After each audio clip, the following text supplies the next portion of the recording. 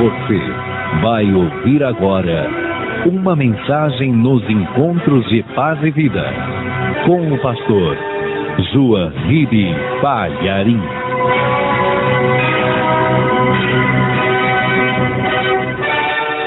Livro de Números, capítulo 31.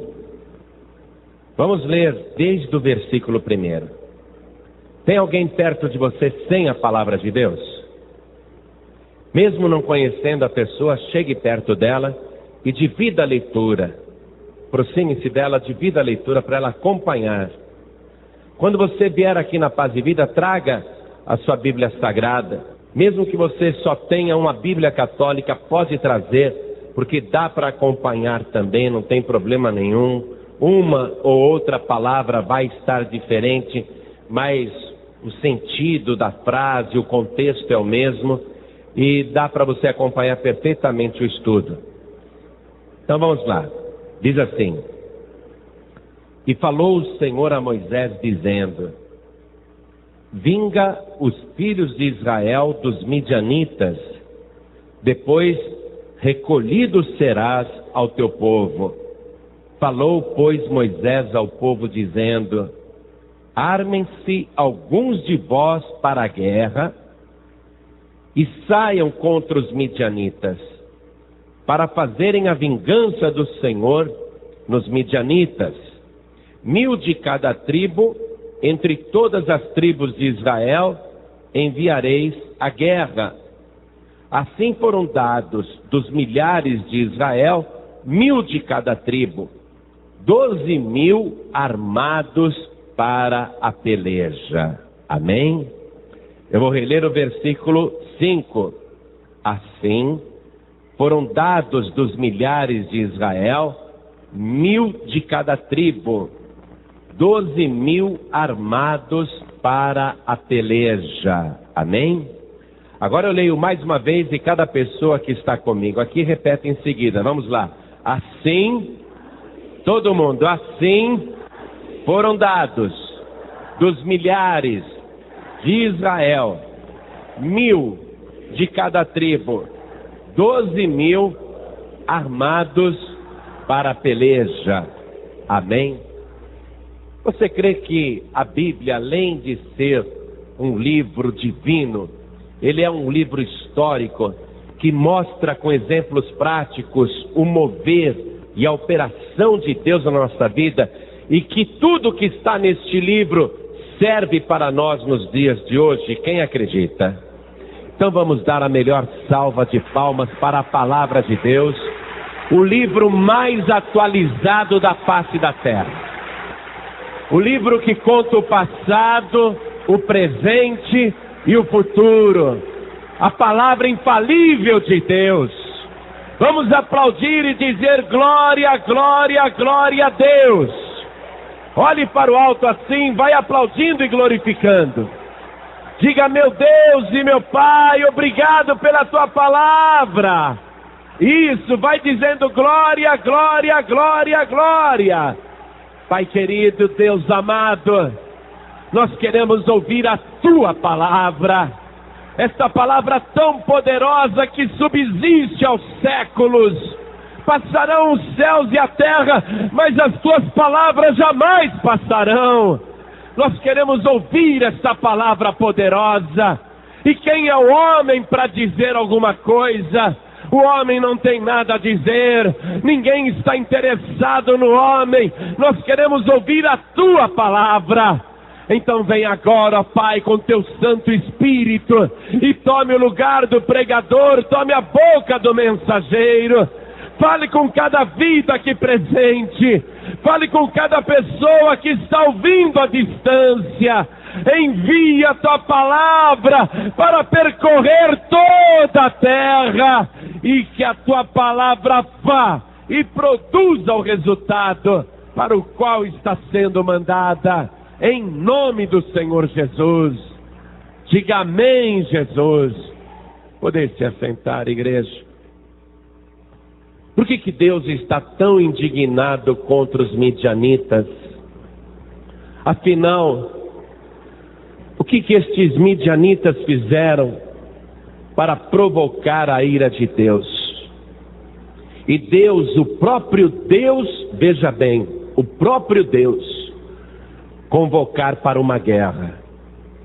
Não foi Moisés, nem qualquer general de Israel, mas o próprio Deus chamou Moisés, que estava tranquilo e sossegado, e disse: convoque os principais de todo o povo, os líderes das 12 tribos de Israel, e de cada tribo de Israel, me convoque apenas 1000 homens.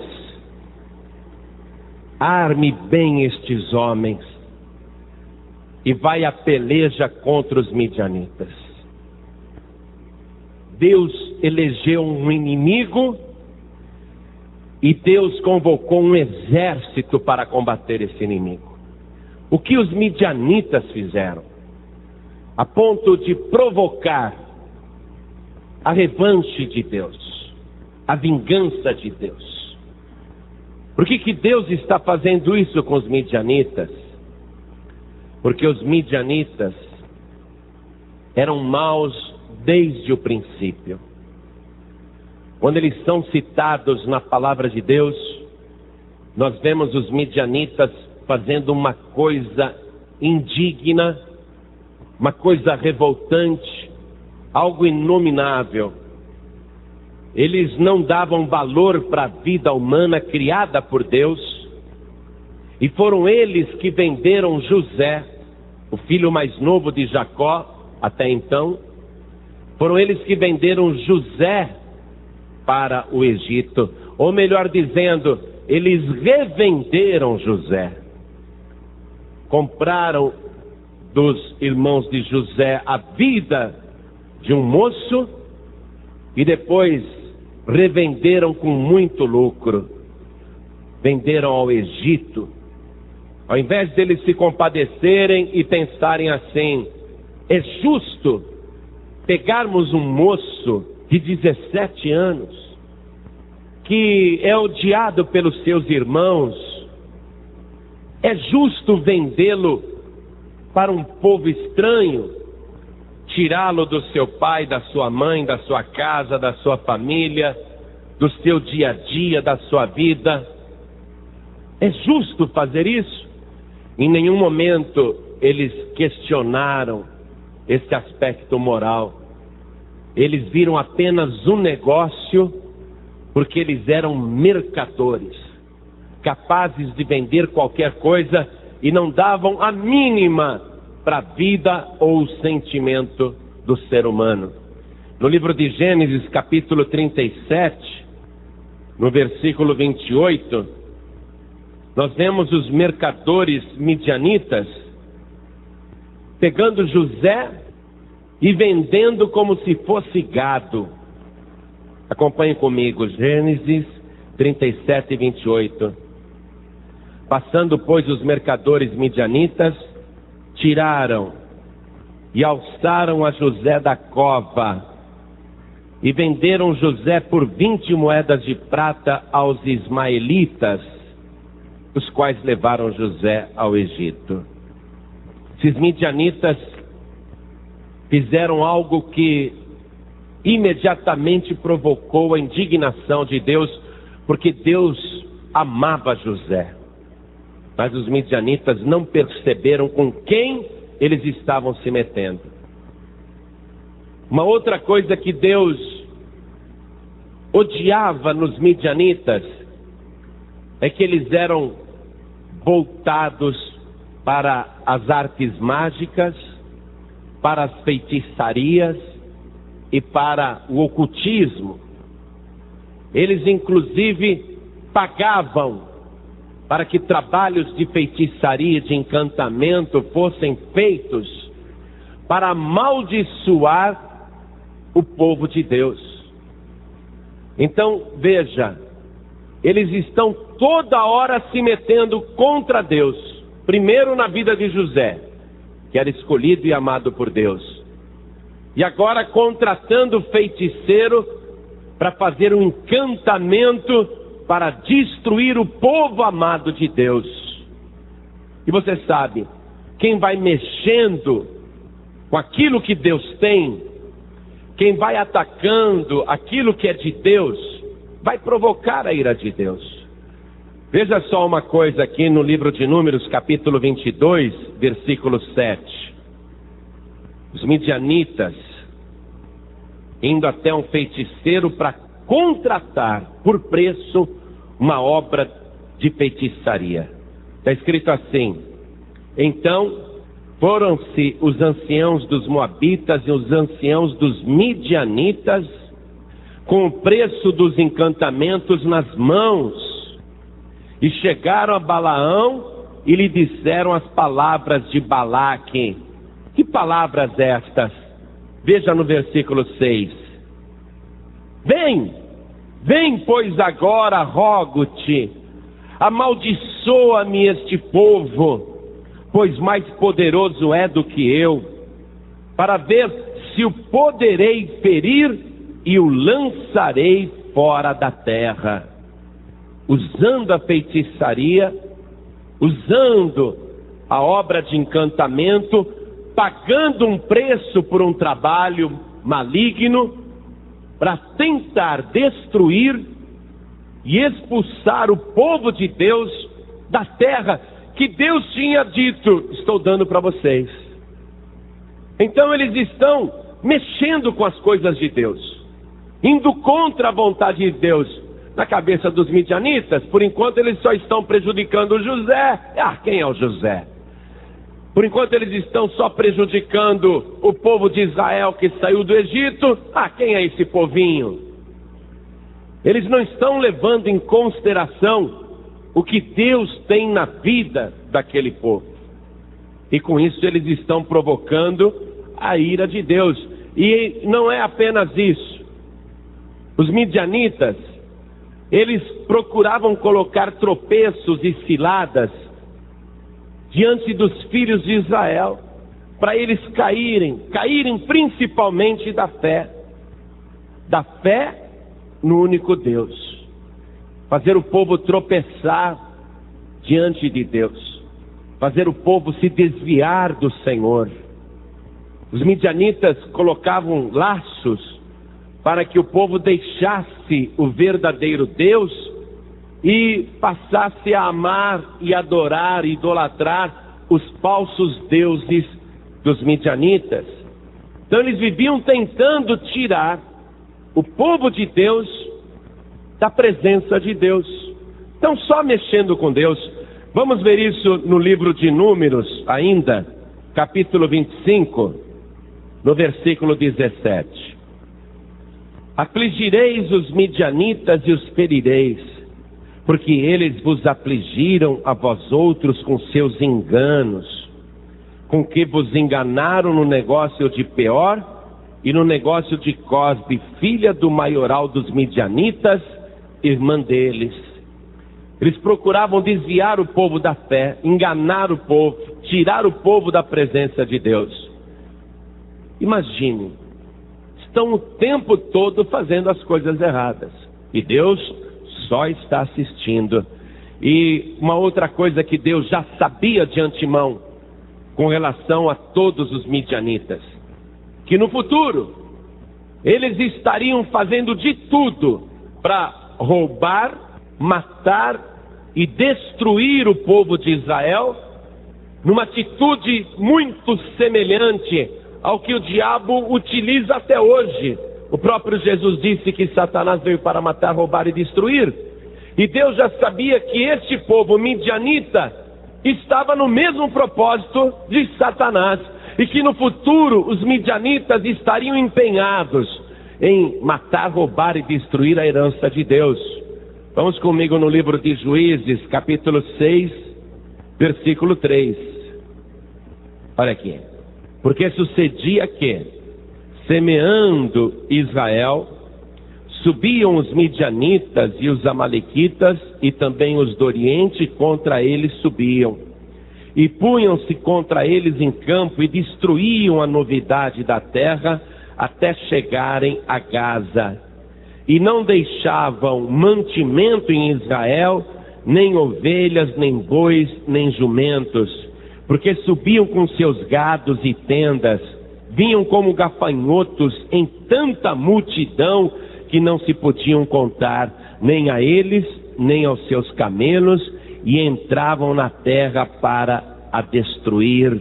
Assim, Israel empobreceu muito pela presença dos midianitas. O que é que você está vendo então? Qual era o raio de ação dos midianitas? Eles, no plano físico, lutavam contra tudo que era de Deus. Você viu, quando eles venderam José, eles atentaram contra a vida de uma pessoa escolhida por Deus. Não contentes em atentar contra a vida, contrataram um feiticeiro para atentar contra a alma do povo de Deus. Olha só. Depois, eles começaram a perseguir o povo de Israel, tentando destruir a adoração que aquele povo tinha com Deus, destruir a fé. Olha os ataques. Destruir a fé do povo, colocar tropeços e ciladas. E depois eles queriam destruir os bens do povo de Israel. Você sabe que a palavra bens, não existe essa explicação na língua portuguesa, mas toda vez que a pessoa diz eu tenho um bem, ou eu tenho vários bens, no fundo ela está dizendo eu tenho várias bênçãos. Ou seja, tudo que o povo de Israel possuía era de bênçãos que Deus tinha dado, e os midianitas queriam destruir as bênçãos do povo de Deus. Você está entendendo isso? É uma guerra que na verdade se travava no mundo espiritual. Ainda que para os midianitas o inimigo fosse físico, na verdade toda aquela guerra estava acontecendo no mundo espiritual. Não se tratava de uma batalha no mundo físico. A intenção era destruir fisicamente o povo de Israel, mas havia no mundo espiritual uma grande guerra acontecendo cada vez que os midianitas se moviam. Agora, veja só, Deus, com certeza te ama muito. Quem acredita nisso? Levante a mão. Deus te ama, você é muito amado, você é muito amada. Não falo isso para te jogar confete, não. Deus ama todas as pessoas da terra, até as piores pecadoras. Deus, ele leva em consideração uma série de fatores. Por que a pessoa age daquele jeito? Por que a pessoa fez aquilo? Por que ela pecou? Ou porque até então ela agiu daquele jeito? Deus, ele leva em consideração os sentimentos, as razões íntimas. Deus, ele tem um carinho especial por cada ser humano na face da terra. Deus tem por você o mesmo amor que ele tinha por José. Só que o diabo quer te vender por nada.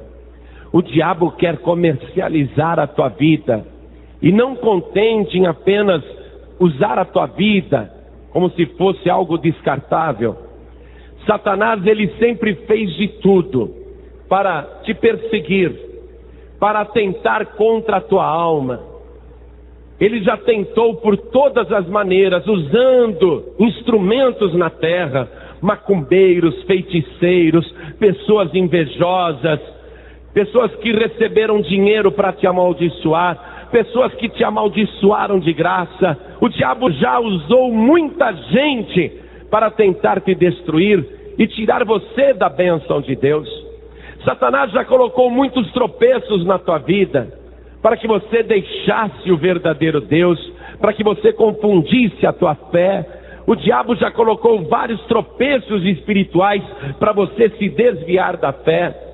E tudo que você tem até hoje, acredite ou não, foi dado por Deus. Se você tem muitos bens ou poucos bens, ou você não possui bens duráveis, mas possui bens mais transitórios, Tudo, tudo, seja a roupa do corpo, o sapato, seja a casa que você mora, o terreno, ou mesmo que você pague aluguel, não importa, desde o teu emprego, a tua vida, o alimento que você come, a água que você bebe, tudo, tudo foi dado sempre por Deus. De uma maneira ou outra, Deus andou acrescentando bens na tua vida. De uma maneira ou outra, Deus andou colocando bens na tua vida. Mas o diabo, ele procurou primeiro destruir a tua vida, vendendo você a preço de nada. Te vendeu a preço de nada, mas Deus disse: não vai vender a preço de nada coisa nenhuma. Eu vou comprar esta vida com o preço mais caro de todo o universo. Esta vida é muito cara, é muito preciosa. Satanás quis vender a tua alma, te tirar do caminho do Senhor, mas todos os dias, inclusive agora, o Espírito Santo ficou falando no teu coração, e você ouviu a voz do Todo-Poderoso. O diabo tentou te amaldiçoar de todos os meios, mas quem é o diabo para te amaldiçoar, se o próprio Deus tem te abençoado?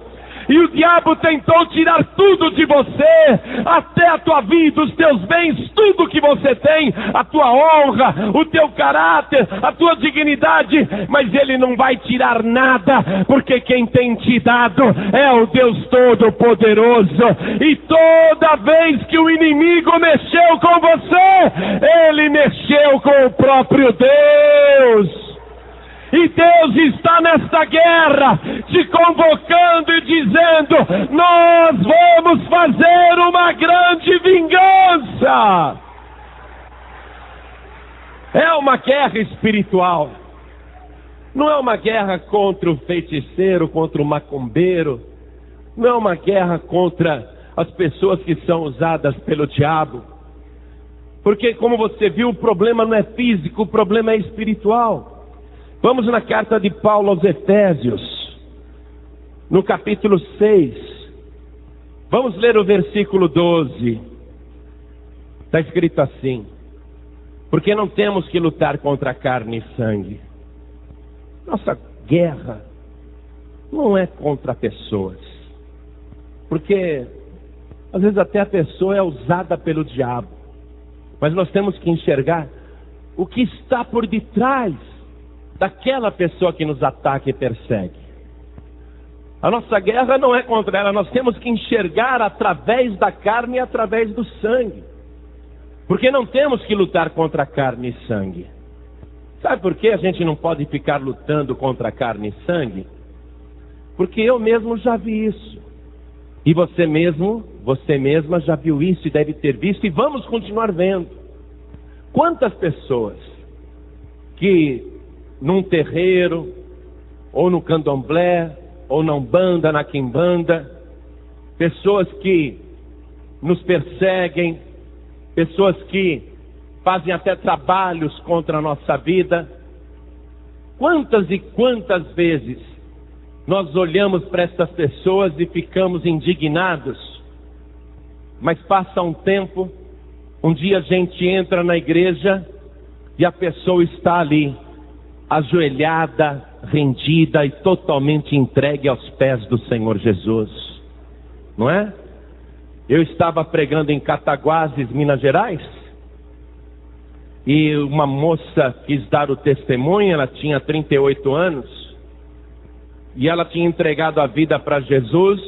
Aí ela contou que desde os 8 anos de idade estava na magia negra, na macumba. Foi introduzida no candomblé pela própria mãe. E serviu ao diabo muitos anos. E ela é daqui do Rio de Janeiro. Muitos e muitos anos. Incorporava entidades. Contou que várias e várias vezes abriu o olho e estava dentro de um cemitério, sem saber como chegou lá. Braçada com cadáveres, em meio a sepulturas, em meio a ossos de pessoas mortas. Filho tinha pânico, porque a entidade incorporava na mãe e não se sabe o que fazia com o filho. Ela não sabe o que fazia com o filho. A criança, na época, vivia abalada. diabo usava aquela moça, e ela era aqui do Rio de Janeiro. Perdeu tudo. Ela tinha um terreiro dentro de casa. 30 anos na macumba, 30 anos no candomblé, 30 anos incorporando as entidades. Uma pessoa que alguém olhasse, iria dizer assim: é uma filha do diabo, é uma serva do diabo. E na verdade era mesmo. Nunca ouviu o evangelho, nunca ouviu a palavra. Continuou com seu terreiro, faliu aqui, perdeu tudo. Nunca ouviu a palavra de Deus. Continuava na magia negra, continuava na feitiçaria. Aí mudou-se para Cataguases, zona da mata, em Minas Gerais. Foi ali, naquele lugar tão deserto, quando ela tinha perdido tudo, que ela ligou o rádio uma noite e ouviu a palavra de Deus, não é? Começou a ouvir aquela palavra, e ela deu testemunho: eu me converti, destruí todas as imagens, acabei com todos os ídolos, destruí todas as roupas que eu usava na macumbaria, destruí todos os vínculos e pactos de sangue, e entreguei a vida para Jesus Cristo, o único Senhor e Salvador. E quando ela veio na igreja e se ajoelhou ali, ela contou: eu já estava convertida pela rádio. Agora veja, é por esta razão que a nossa guerra não pode ser contra o macumbeiro, a nossa guerra não pode ser contra o feiticeiro, porque essas pessoas fazem isso até porque não ouvem, não conhecem. A guerra é espiritual. Quando Deus entrou na guerra, quando Deus convocou aquela guerra, Deus sabia que ia travar uma guerra no mundo espiritual, porque se fosse física, Deus não entrava. Os homens que guerreiem, os homens que se defendam. Mas Deus mesmo convocou aquela guerra porque era uma guerra espiritual. E numa guerra espiritual você não luta contra a carne e o sangue. Continuando aqui a leitura: porque não temos que lutar contra a carne e sangue, mas sim contra os principados, contra as potestades, contra os príncipes das trevas deste século, contra as hostes espirituais da maldade nos lugares celestiais. Ora, quando o povo de Israel saiu do Egito, diz a Escritura que eram 600 mil homens, fora mulheres e crianças. Naquele lugar que eles estão, quando Deus convoca a guerra contra os midianitas, Deus não falou: os 600 mil homens peguem armas e guerreiem contra os midianitas. Deus não disse isso. Deus disse: Moisés, chame os líderes de cada tribo, das 12 tribos de Israel, separem 1000 homens, 1000 de cada tribo, para eu fazer a vingança contra os midianitas. De 600 mil homens, Deus só pegou 12 mil. Agora veja uma coisa: quando os líderes de cada tribo convocou os homens e foram escolher os 1000 guerreiros, você acha que eles escolheram os piores ou os melhores? Lógico. Ninguém vai entrar numa guerra com gente despreparada. Tem que escolher o melhor para guerrear. Eu, por exemplo, não sei atirar com uma metralhadora. Não tenho treinamento militar. Não tenho preparo físico. Eu posso ser mandado para o Haiti? Vou apanhar até de mulher. É ou não é? Não tenho preparo para isso. Quem é que vai para a guerra? Os melhores do povo, não é? Por isso que Deus está dizendo: eu quero 1000 de cada tribo. Não quero 600 mil. Porque não é todo mundo que pode entrar nesse tipo de guerra, você está entendendo? Todo mundo gostaria de guerrear, porque parece legal. Põe a farda, pega a arma, mas o que adianta? Não sabe nem carregar uma arma, não sabe nem municiar uma arma, não tem disciplina nem preparo físico, não adianta. Então Deus chama para a sua guerra, e é isso que Ele está fazendo aqui, voltando para Números capítulo 31, no versículo 5, Deus ele está chamando para a sua guerra 1000 de cada tribo. Vamos ler comigo. Assim foram dados dos milhares de Israel, dos milhares, foram dados 1000 de cada tribo. 1000, só 1000. Veja que Deus não quer pessoas despreparadas para esta batalha. No versículo 3 fica bem claro que Deus não quer todo mundo. Olha só.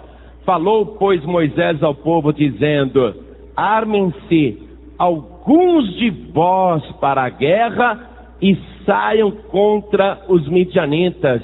Alguns. Guerra espiritual não é para todo mundo não, amados.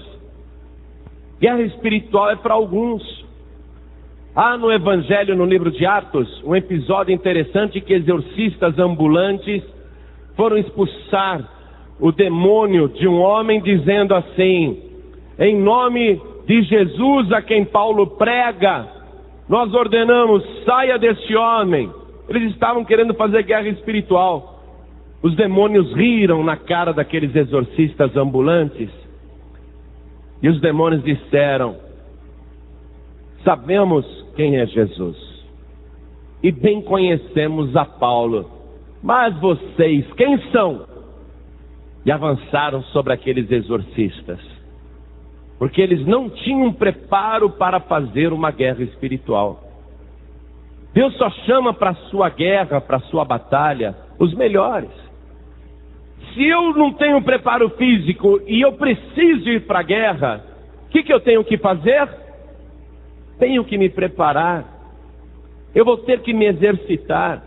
Eu vou ter que me colocar em forma. Eu tenho que ir para a guerra, mas eu não sei manusear uma arma, não sei como recarregar uma arma. Eu não sei como me comportar numa batalha. O que eu vou fazer? Eu vou para o treinamento. Um treinamento puxado. Um treinamento que não é todo mundo que aguenta. Você vê que nas guerras que acontecem no mundo, antes deles mandarem soldados, eles preparam bem e muitos recrutas são colocados de lado. Não tem condição, o camarada não aguenta correr, não aguenta ficar dias sem beber água, e tem que ter esse preparo físico, tem que se preparar até para passar privações por causa da guerra. A guerra não é um passeio não, amados. A guerra, ela provoca riscos para quem está nela. Agora, você queira ou não, está acontecendo uma guerra. Acredite ou não, existe uma guerra, uma batalha acontecendo o tempo todo e não vai cessar. Agora, o que nós vamos fazer? Vou me esconder? Ou vou fingir que não é comigo?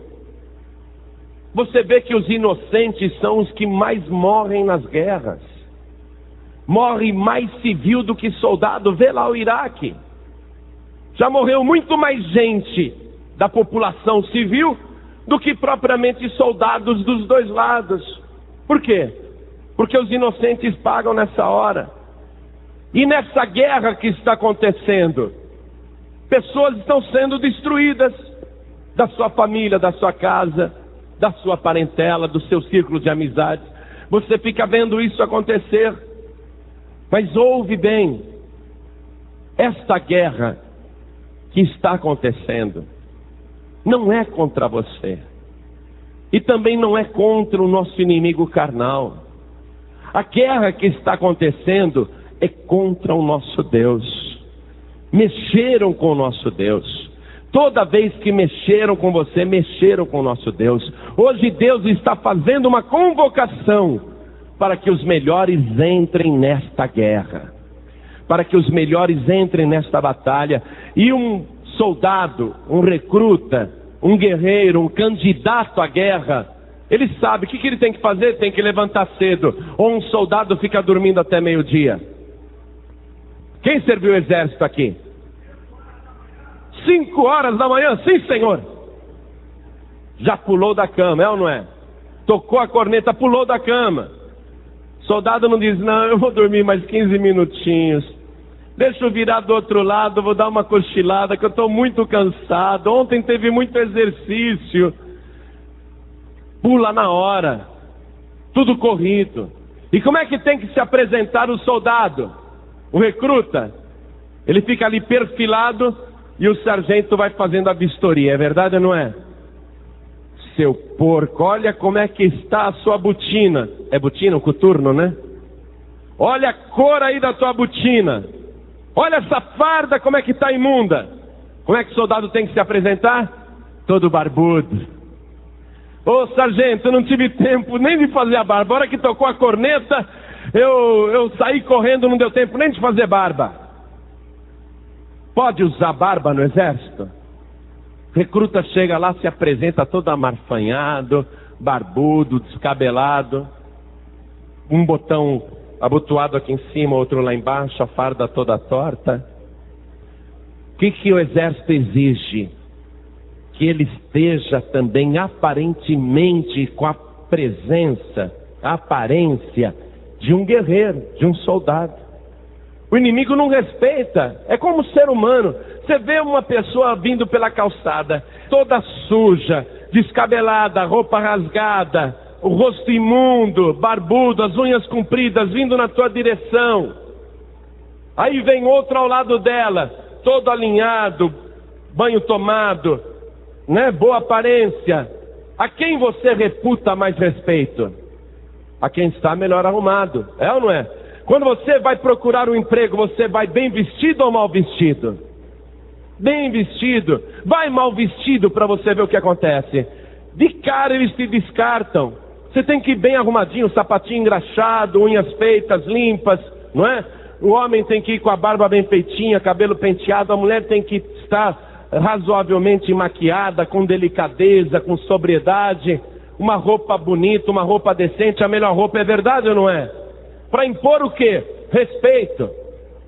Como é que eles aqui, irão para a guerra naquele momento contra os midianitas? Os 1000 melhores. Os 1000 melhores, os que estão preparados. Eles irão bem uniformizados. Veja aqui, o versículo 6. Leia comigo. E Moisés os mandou à guerra, de cada tribo 1000. A eles e a Finéias, filho de Eleazar, o sacerdote, a guerra com os utensílios santos e com as trombetas do alarido na mão. Não foram de qualquer jeito. Os melhores não foram de qualquer jeito. Agora, quem são os melhores para Deus? Porque para Josué pode ser alguém, mas para Deus, quem é o melhor? Quem é o melhor segundo o conceito de Deus? Vamos ver isso rapidamente agora. Os melhores de Deus são aqueles que perseveram e se esforçam do começo até o fim. Livro de Josué, capítulo 14, versículo 6. Os melhores segundo o conceito de Deus, não segundo o conceito de homem. Olha só. Então os filhos de Judá chegaram a Josué em Gilgal, e Calebe, filho de Jefoné, o quenezeu, lhe disse: Tu sabes a palavra que o Senhor falou a Moisés, homem de Deus, em Cades Barneia, por causa de mim e de ti.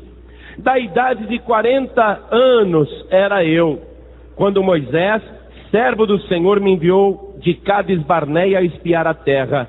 E eu lhe trouxe resposta como sentia no meu coração. Mas meus irmãos que subiram comigo fizeram derreter o coração do povo. Eu, porém, perseverei em seguir o Senhor meu Deus. Quem é o melhor para Deus? Quem persevera, quem não derrete o coração, quem não fraqueja, quem não se assusta diante do adversário. Deus só chama para a guerra os melhores. Calebe disse: eu tinha 40 anos naquela época, quando Deus me mandou espiar a terra. Todos os meus irmãos ficaram com medo, mas eu perseverei em seguir o meu Deus. O melhor para Deus é quem persevera em segui-lo. Continuando a leitura, versículo 9. Calebe está falando assim: então Moisés naquele dia jurou dizendo: certamente a terra que pisou o teu pé será tua e de teus filhos em herança perpetuamente, pois perseveraste em seguir o Senhor meu Deus. Olha só, Caleb possuindo por promessa uma parte da terra que serviria também de herança perpétua para os seus descendentes, porque ele perseverou em seguir o Senhor. Versículo 10. E agora, eis que o Senhor me conservou em vida, como disse, 45 anos há agora, desde que o Senhor falou esta palavra a Moisés, andando Israel ainda no deserto. E agora, eis que já hoje sou da idade de 85 anos, Caleb está falando. Hoje eu estou com 85 anos. E olha só, hein? 45 anos se passaram. Nesses 45 anos, o que Caleb fez? Perseverou em seguir o Senhor. Nos 45 anos ele ficou firme. Agora acompanhe o restante da leitura, o versículo 11. Acompanhe o versículo 11. E ainda hoje estou tão forte como no dia em que Moisés me enviou. Qual a minha força então era? Tal é agora a minha força para a guerra e para sair e para entrar. O que ele está dizendo? Eu estou com 85 anos, perseverei, 45 anos em servir ao Senhor, desde o dia que eu fui chamado eu perseverei, e olha, mesmo estando com 85 anos, hoje eu tenho a mesma força que eu tinha quando Deus me chamou. Olha só, estou preparado para a guerra, para entrar e para sair. Versículo 12, Caleb fala assim, ele está com 85 anos, hein? Agora, pois, dá-me este monte de que o Senhor falou aquele dia. Ele não esqueceu as promessas passadas. Ele não persevera só em seguir, ele persevera na palavra. Me dá aquele monte que o Senhor falou aquele dia, 45 anos atrás. Não desistiu da bênção, estava firme para a guerra. Pois naquele dia tu ouviste que os anaquins estão ali, grandes e fortes cidades há ali. Porventura o Senhor será comigo para os expelir, como o Senhor disse. Essa palavra anaquins quer dizer gigantes. Caleb está dizendo, eu estou com 85 anos, estou disposto a ir à guerra contra os anaquins, contra os gigantes, para expeli-los. Eu não vou para a guerra para perder, eu vou para a guerra para tirá-los daí.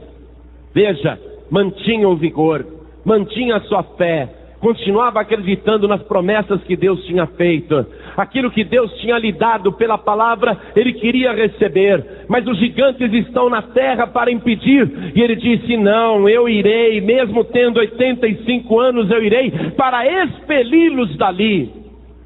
Quando você começou a servir o Senhor, você ficou cheio de sonhos. Eu sei como é que é. Quando Deus te chamou, Deus te fez tanta promessa. Há pessoas aqui dizendo assim, pastor, Deus disse que eu ia correr o mundo inteiro pregando o evangelho, mas eu nem saí da minha vila, nem saí da minha cidade. Pastor, Deus falou através de profetas, queria me abençoar, mas até hoje, olha como está a minha vida. Eu já estou desanimado, todo esse tempo servindo o Senhor e nada.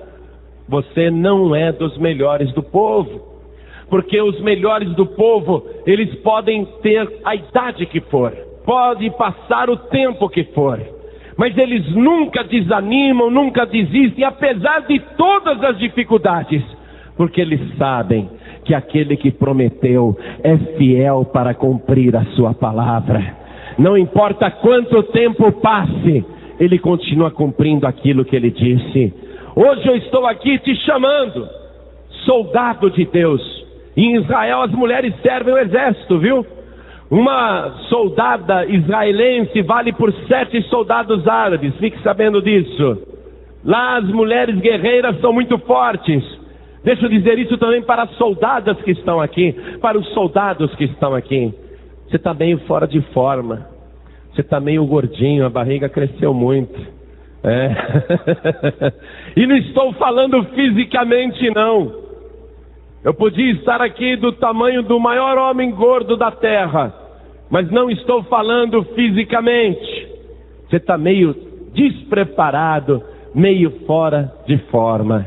Mas o Senhor dos exércitos, o Deus de Israel, o Senhor dos senhores, o Todo-Poderoso. Ele está aqui para te preparar para uma batalha onde a tua vitória já está profetizada e determinada em nome de Jesus Cristo. Hoje o Senhor está convocando você para fazer parte dos melhores do povo. Não entre os piores, mas entre os melhores. Caleb estava tão animado. E vou dizer mais aqui, viu? Saiba você disso, voltando lá para Números capítulo 31. Não se menciona o nome de Caleb, mas pode ter certeza, em Números 31, ele era mais novo do que no livro de Josué. E ele está nessa guerra, porque ele falou, nesses 45 anos eu perseverei, nesses 45 anos eu nunca parei. Ele está nessa guerra junto com esses milhares que foram preparados por Deus, os melhores do povo, para combater. Agora, voltando para Números 31, versículo 6, vamos entender tudinho aqui, ó. E Moisés os mandou à guerra. Uma vez convocado, preparado, você é enviado, enviada. E Moisés os mandou à guerra, de cada tribo 1000, só os melhores. A eles e a Finéias, filho de Eleazar, o sacerdote, a guerra com os utensílios santos e com as trombetas do alarido na mão. Quem era esse Finéias que foi mencionado? Por que o destaque para Finéias? Por quê? Se não mencionou nem o nome do Caleb, que é um grande herói, que também está entre esses milhares melhores. Por que se menciona o nome de Finéias? Porque aqui tem uma estratégia de guerra. Circule o nome de Finéias. Circule, esse nome é importante. Daqui a pouco você vai escrever aí do lado da tradução. Finéias era um homem zeloso das coisas de Deus. Ele era um dos melhores, por isso que o nome dele foi destacado aqui. Ele era zeloso das coisas de Deus. Números capítulo 25, versículo 10. Então o Senhor falou a Moisés dizendo: Finéias, filho de Eleazar, filho de Arão, sacerdote, desviou a minha ira de sobre os filhos de Israel, pois zelou o meu zelo no meio deles, de modo que no meu zelo não consumi os filhos de Israel.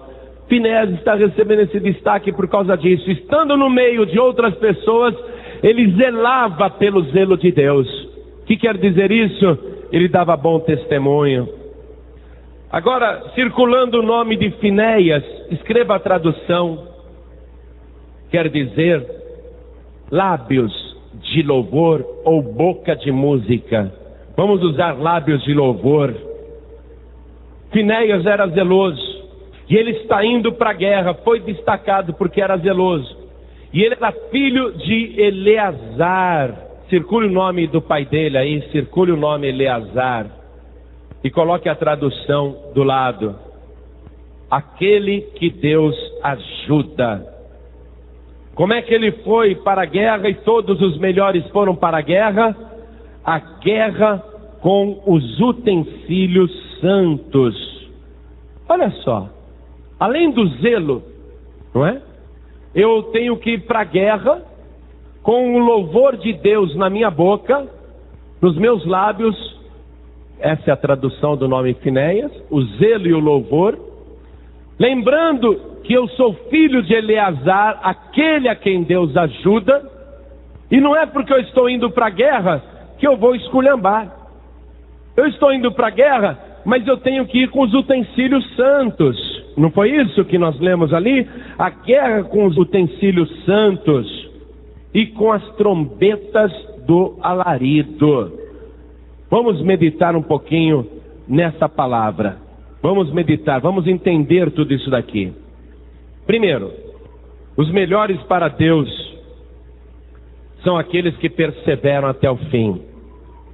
Se você não estiver disposto ou disposta a perseverar até o fim, você não estará entre os melhores. Tanto é verdade que Jesus disse assim: quem perseverar até o fim será salvo. Ele não falou, quem for mais santo do que todo mundo será salvo. Mas ele disse, quem perseverar até o fim será salvo. Os melhores para Deus são aqueles que perseveram, são aqueles que não desistem. Caleb, ele continuava servindo o Senhor com a mesma intensidade do que quando começou. E continuava esperando o cumprimento das promessas do mesmo jeito que ele tinha ouvido há 45 anos atrás. E continuava disposto a fazer a guerra e combater o gigante que impedia ele de possuir as bênçãos. Continuava disposto a guerrear até derrotar. Ele tinha ânimo, ele não desistia. Então, os melhores para Deus são aqueles que perseveram até o fim, que esperam na sua palavra, que não desistem. São aqueles que vão para a guerra com o louvor de Deus nos lábios. Eu estou passando a maior guerra, mas eu não vou ficar praguejando e amaldiçoando. Eu vou louvar e engrandecer o nome do Senhor. Vou dar graças em tudo o que está acontecendo, porque eu estou perseverando, animado, eu estou na guerra. Aquilo que Deus prometeu, Ele vai cumprir, eu não preciso ter medo. Então eu estou com o louvor do Senhor nos lábios. Finéias, filho de Eleazar, quero que você se lembre disso. Você está nesta guerra. Deus te convocou, Deus te preparou, Deus te alistou e Deus te enviou. Ao invés de lamentar, coloque o louvor na tua boca e vá para a guerra se lembrando do nome Eleazar. Não tenha medo da guerra, não tenha medo da batalha, porque Eleazar quer dizer, Deus é quem te ajuda e você não será derrotado, porque Deus te garante a vitória. É Ele que te ajuda no meio desta guerra. Poderá vir o exército que for, maior é aquele que está contigo do que aquele que está no inimigo. Podem vir todos os demônios do inferno, maior é o Deus que te ajuda do que todos os demônios das profundezas do abismo. E o que eles levaram para a guerra? Os utensílios santos. Eu estou na guerra, eu não vou perder minha santidade, eu não vou perder a minha paz, eu não vou degenerar porque estou sendo combatido. Eu vou levar os utensílios santos. Os utensílios santos aqui lembravam que os melhores do exército que estavam indo na guerra contra os midianitas deveriam procurar manter a santidade, os utensílios santos, junto deles. Agora, a santidade que nós temos não é própria, é um utensílio, amados. A palavra é clara. Nós não possuímos santidade própria. A santidade que nós possuímos é um utensílio santo, é um utensílio à parte. Vamos ver isso? Livro de Apocalipse, capítulo 22, versículo 14.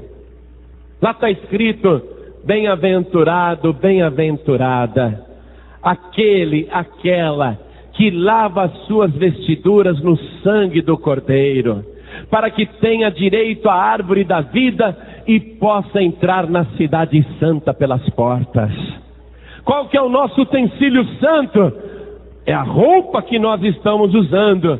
Mas é uma roupa qualquer? Não, é uma farda. É uma farda especial, uma farda do céu. E o que esta farda tem de especial? Ela é toda branca. Ela tem patentes aqui no ombro? Não, não tem patentes nenhuma de militar. O que esta peça, esse utensílio santo tem, é o sangue poderoso do Cordeiro de Deus, que tira o pecado do mundo. Jesus é o nosso utensílio santo, através do seu sangue. Então eles foram para a guerra levando os utensílios santos e com as trombetas de Deus. A trombeta é um instrumento para fazer convocação. É como a corneta no exército. Conforme o toque, a tropa age de um jeito.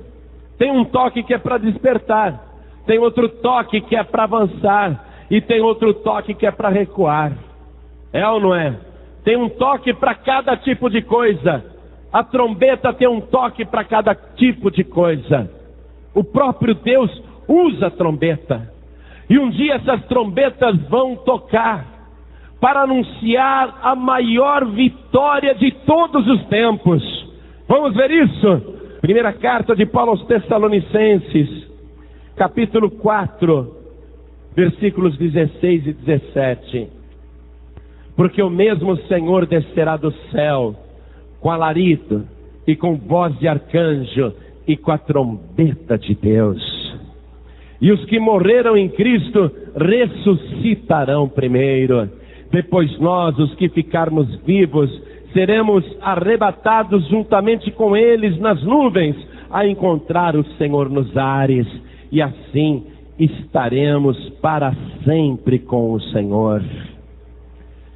Ir para esta guerra, acreditando apenas que eu sou zeloso, acreditando apenas que eu vou louvar a Deus e tudo vai acontecer, acreditando apenas que Deus me ajuda, acreditando que eu estou levando os utensílios santos, acreditando que eu estou com a trombeta, mas se eu de fato não tiver a arma mais poderosa, eu não tenho condição de enfrentar a guerra, por mais preparo físico que eu tenha, porque isso seria suicídio.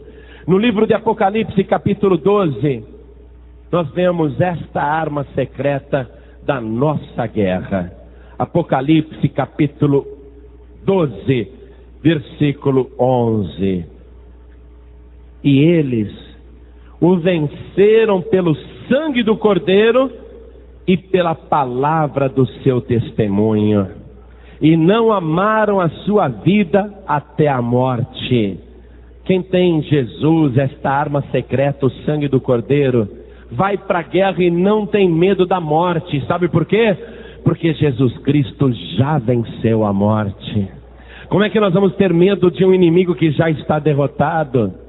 Nós avançamos, nunca desistimos e nem recuamos.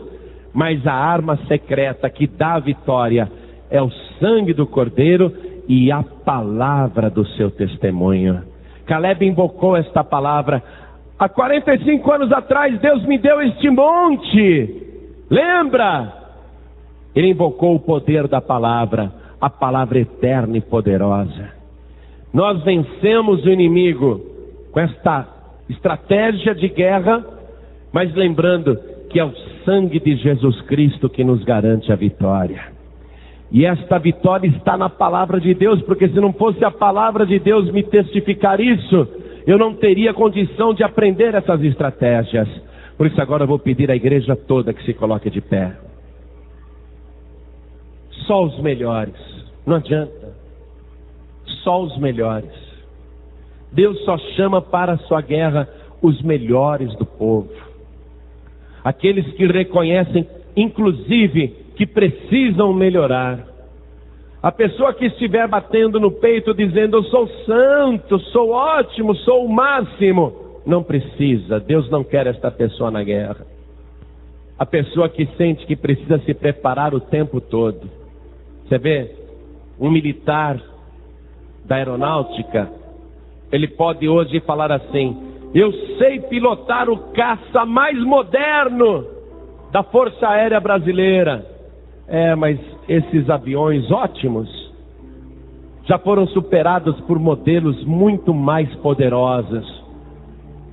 E esse militar aviador que sabe usar tão bem certa máquina de guerra, ele já não sabe usar o novo modelo, que é todo programado por computador. Ele tem que se aperfeiçoar. Não adianta ele dizer, eu já sei tudo, porque a necessidade de melhora é permanente. Isso acontece com relação a profissões também. A pessoa acha que já estudou, já sabe. Eu já fiz, não é? A faculdade. Mas acontece que desde que você fez a faculdade, tantas coisas mudaram. Quem fez direito, o Código Civil que você estudou naquela época não vale mais hoje, é outro Código Civil. As leis mudaram. Quem fez medicina e aprendeu tanta coisa, Hoje a medicina está fazendo novas descobertas. A pessoa tem que estar se atualizando. Na profissão é assim, na carreira é assim, também na guerra de Deus é assim. A pessoa tem que estar melhorando, a pessoa tem que estar se atualizando, tem que estar perseverando. Os melhores são aqueles que entendem: eu tenho que melhorar, eu tenho que me atualizar, eu tenho que me aperfeiçoar, eu tenho que aprender mais. Esses são os melhores, que perseveram. Uma pessoa que diz assim: eu nem preciso vir mais na igreja, nem preciso vir mais, não é? Eu disse que eu vou pregar um conselho novo em seguida. Aí alguém pode dizer: ah, mas eu já sei qual é, não preciso nem ouvir. Então a pessoa acha que já sabe de tudo. Ela não está crescendo, ela não está se atualizando. Você está no exército, o exercício é puxado. Vai ter que fazer todo o exercício. Vai ter que se esforçar, vai ter que perseverar e vai ter que se animar. Deus só chama para a sua guerra os melhores do povo. Hoje você ouviu uma explanação, uma estratégia vitoriosa, onde o próprio Deus garante a vitória. Deus mesmo está neste combate. E Ele te oferece a arma secreta do sangue de Jesus Cristo. O sangue do Cordeiro que te dá a vitória sobre todos os inimigos, sobre todos os demônios, que elimina todas as maldições.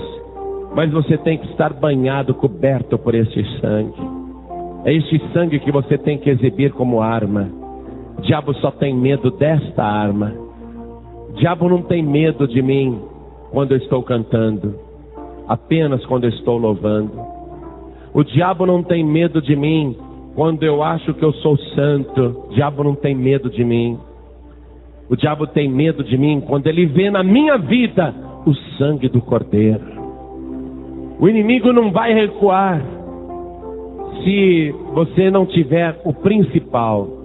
Por isso que quando a gente chega numa reunião, seja qual for a mensagem, a gente sempre termina dizendo: quem aqui quer receber Jesus Cristo, Filho de Deus, como único, suficiente, exclusivo e eterno Salvador? Quem aqui quer entregar a vida para Jesus? A gente sempre pergunta isso, porque faz parte da convocação, faz parte do alistamento, faz parte desse exercício vitorioso. Eu agora vou fazer o convite, primeiro, para você entregar tua vida para Jesus. Se você agora falar: eu vou entregar minha vida totalmente para Jesus, se você atender esta convocação do exército de Deus, o teu nome vai ser arrolado no quartel-general do Altíssimo. O teu nome vai ser escrito no livro da vida do Cordeiro. E a partir daí, Deus está comprometido na guerra com você. Se você falar: eu vou entregar minha vida para Jesus, imediatamente você é banhada com o sangue do Cordeiro. Então vamos agir rápido, porque numa guerra, quem fica vacilando vai para a vala, vai para a cova. Numa guerra a gente tem que agir rápido. O inimigo está agindo com rapidez, mas Jesus Cristo chegou primeiro na tua vida. Se você agora entregar a tua vida totalmente ao Senhor, então Ele vai te fortalecer e te preparar dentro desta palavra. Quantos aqui querem receber Jesus Cristo, Filho de Deus, como único, suficiente, exclusivo e eterno Salvador? Quem quer entregar a vida para Jesus, erga a mão direita assim bem alto. Todos que querem. Glória a Deus. Todos que ergueram as mãos, venham aqui para frente, por favor. E vamos aplaudir o Senhor Jesus por cada vida que está chegando. Glória a Deus. Vem. Você que levantou a mão e disse: eu quero, vem para cá. Oh, glória. Vamos aplaudir mais o Senhor Jesus. Vem. Vem aqui. Você vai ser preparada para esta batalha. Agora, se o soldado se olhar, se a soldada se olhar: poxa, estou com a farda suja, rasgada, estou com a minha arma descarregada, Estou vazio. Não tenho condição de guerrear desse jeito. Preciso tirar logo estas vestes e colocar os utensílios santos. Com quem que eu estou falando agora? Com a pessoa que está fraca nesta guerra, com a pessoa que está desviada desta guerra, com a pessoa que desertou desta guerra. Mas não adianta a pessoa desertar. Quando a gente deserta, nós somos perseguidos pelo inimigo e somos considerados desertor pelo exército de Deus. Olha só o problema. Ficamos mais sozinhos do que nunca quando a gente deserta, quando a gente desvia. Agora, quando você volta para as fileiras do exército do Deus vivo, Deus te fortalece, te prepara. Ele vai te dar uma veste nova, como Ele fez com o filho pródigo. Ele vai te dar calçados novos, como Ele fez com o filho pródigo. Ele vai te alimentar, como Ele fez com o filho pródigo, e vai dar o melhor para você comer, para você ficar forte outra vez, como Ele fez com o filho pródigo. Então você que já pertenceu ao exército de Deus, mas acabou enfraquecendo na batalha, saia do teu lugar, vem aqui para frente agora em nome de Jesus Cristo. Vem para cá, porque o Senhor vai te fortalecer, o Senhor vai te renovar. Pede licença para o povo e vem aqui para frente. Vamos aplaudir mais o Senhor Jesus. Vem para cá. Por isso que Jesus falou que nós somos o sal da terra.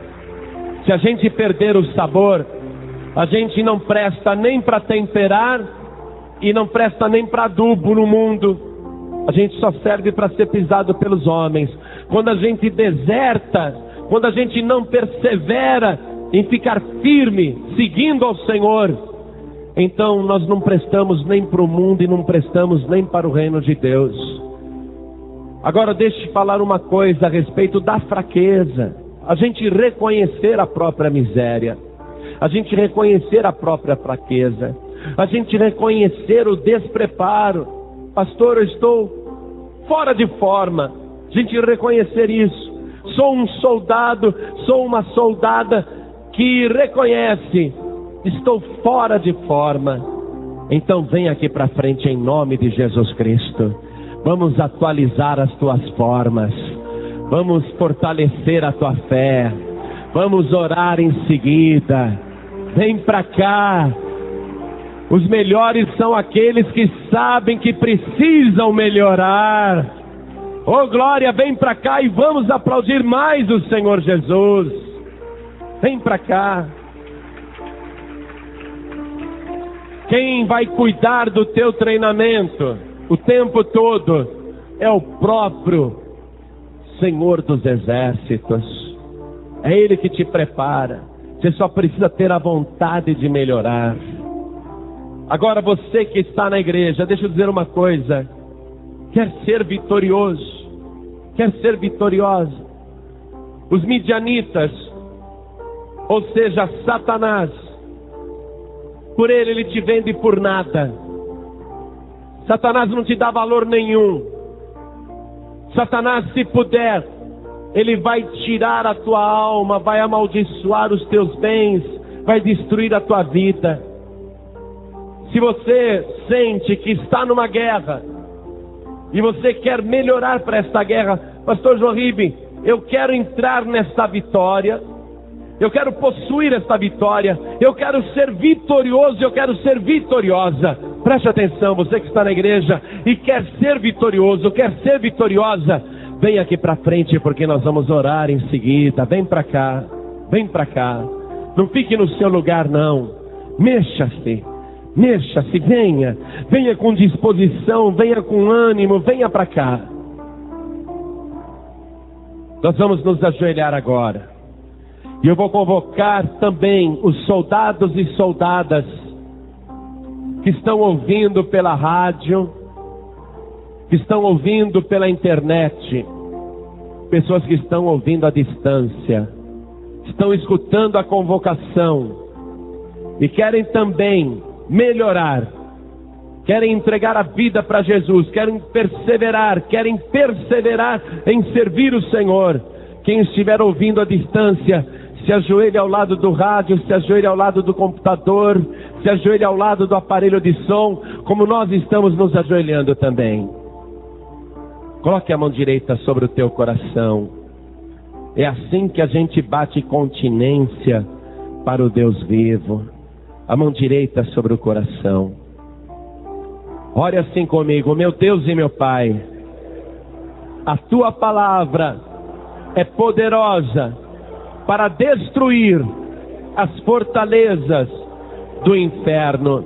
E a tua palavra me declara como vencer o inimigo com o sangue do Cordeiro.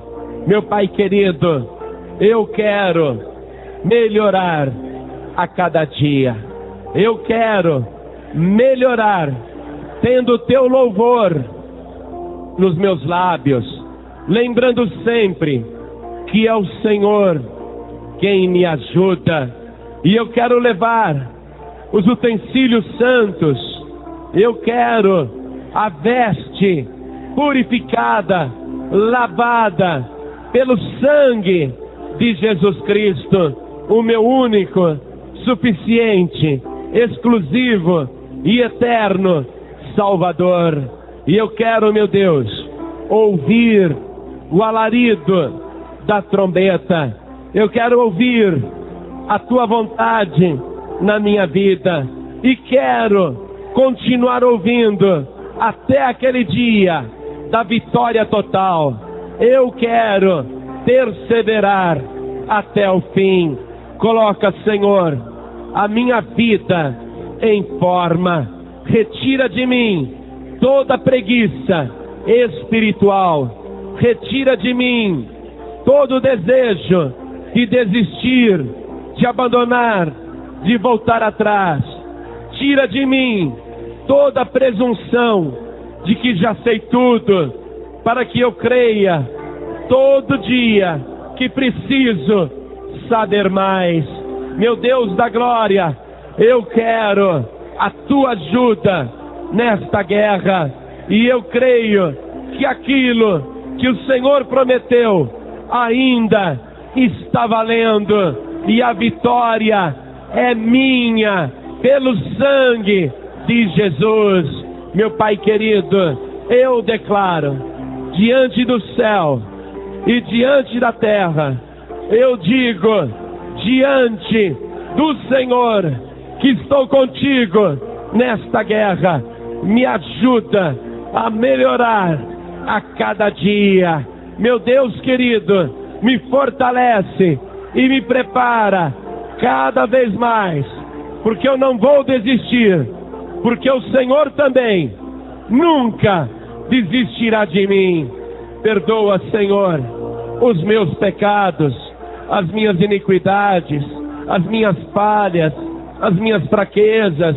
Perdoa, Senhor, tudo aquilo que eu fiz e te entristeceu. Eis-me aqui, Senhor, pedindo agora a preparação que vem do alto, pelo teu Espírito e pelo sangue de Jesus. Assim seja feito. Amém. Você acabou de ouvir uma mensagem nos Encontros de Paz e Vida, com o pastor Zuan Ribi Palharim.